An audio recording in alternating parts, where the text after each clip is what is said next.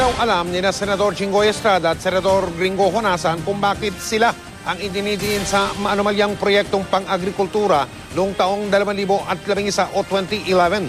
Ang ginit nila, hindi sila ang nagdikta kung saan pinadaan ang kanilang milyon-milyong pisong pork barrel na kalaunay napunta sa ilang NGO umano ni Janet Lim Napoles.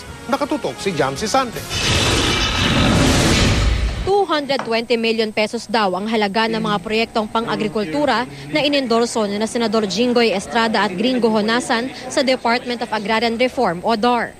Pero walang nakaabot na tulong sa mga benepisyaryo at nawalang parang bula ang pondo ayon sa DAR. Sa 14 na non-government organization na pinagdaanan ng pondo, 9 daw ang sinasabing konektado sa umano'y pork barrel mastermind na si Janet Lim Napoles. Pero hindi raw alam ng dalawang senador kung bakit kasama sila sa mga dinidiin para sa di umano'y anomalyang ito. Wala naman daw silang kinalaman sa pagpapatupad ng proyekto. Ang tanging papel lang daw kasi nila ang pag-endorso sa DAR ng hiling ng local government units o LGU.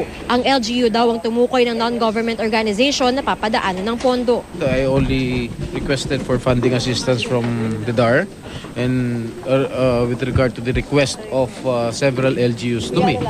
So binigay ko lang, sumulat lang ako sa DAR.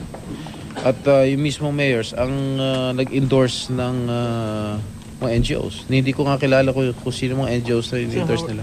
They chose the NGOs, yes. It's on record. We responded to the request of the LGUs. Our due diligence stops there. Binasa ni Estrada ang sulat mula sa LGU ng Infanta Quezon na nagtatakda ng NGO na pagdadaanan ng pondo. Sabi rin ni Estrada, hindi galing sa kanyang pork barrel ang pondo kundi sa Agrarian Reform Fund.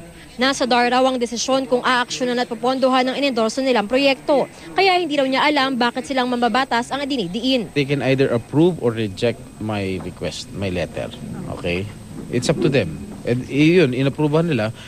And I have documents to prove that it was the mayors who endorsed the NGOs, not me. Inaalam namin. Dahil these are all media reports. We don't even have a copy of the report. Ayon sa DAR, 150 million pesos ang halaga ng mga proyektong inendorso ni Honasan, habang 70 million pesos naman ang inendorso ni Estrada. Pero sabi ni Estrada, 50 million pesos lang ang halaga ng proyektong inendorso niya sa DAR base sa kanyang records. Kakausapin daw ni Estrada ang kanyang mga abogado habang nakikipag-ugnayan na raw si Honasan sa DAR para klaruhin ang issue. Jamsi Sante, Nakatutok, 24 Oras.